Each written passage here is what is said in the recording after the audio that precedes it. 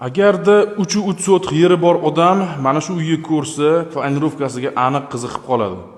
Sababi ushbu joy egalari o'z arxitektor bo'lib, bu uyga shunaqangi mehr berishgan ekan. Manzilimiz Uchqahramon postidan 3 kilometr o'tganda Paroz mahallasida joylashgan 3 sotixli binoni maydoni 450 kvadrat bo'lgan mana shu uchastkamizda sotuvga qo'yilgan. Videoni oxirigacha ko'rsanglar, narxini ham aytaman. Hovli taraflarini ko'rishingiz mumkin. Oldi hovlisida chiroyli zelen zonalarga ega bo'ladi.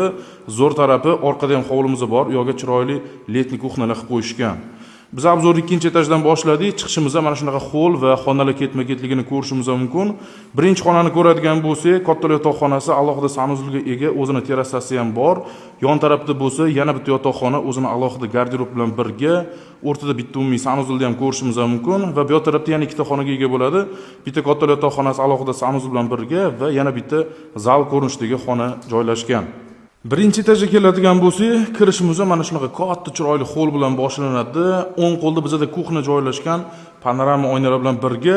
To'g'ridagi xonamizda katta zal, mehmonxona joylashgan, orqa hovliga eshik oynalari bor. Bundan tashqari birinchi etaj o'zida bitta katta yotoqxonasi va bitta sanuzul ko'rishimiz mumkin. Ikki qismli, juda ham ajoyib siyla qilingan. Podolga keladigan bo'lsak, podolimiz uzun, ikkita hovlini bir-biri bilan bog'lab turadigan tarzda. Uchastkamizning narxi $275,000, hali kelishiladigan joyi bor. Pastda egalar nomerini qoldiramiz.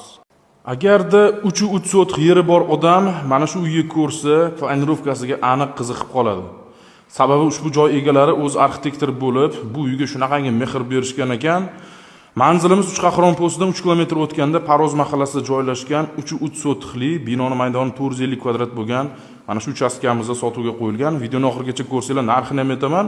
Hovli taraflarini ko'rishingiz mumkin. Oldi hovlisida chiroyli zelen zonalarga ega bo'ladi. Zo'r tarafi orqada ham hovlimiz bor. U yoqqa chiroyli letni kuxnalar qilib qo'yishgan. Biz obzorni 2-etajdan boshladik. Chiqishimizda mana shunaqa hol va xonalar ketma-ketligini ko'rishimiz mumkin. Birinchi xonani ko'radigan bo'lsak, katta yotoqxonasi alohida sanuzulga ega, o'zini terrasasi ham bor.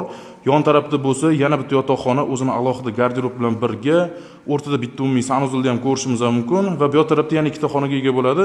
Bitta katta yotoqxonasi alohida sanuzul bilan birga va yana bitta zal ko'rinishidagi xona joylashgan.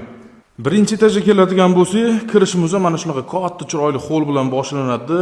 O'ng qo'lda bizda kuxna joylashgan, panorama oynalar bilan birga. To'g'ridagi xonamizda katta zal, mehmonxona joylashgan, orqa hovliga eshik oynalari bor. Bundan tashqari birinchi etaj o'zida bitta katta yotoqxonasi va bitta sanuzul ko'rishimiz mumkin. Ikki qismli, juda ham ajoyib siyla qilingan.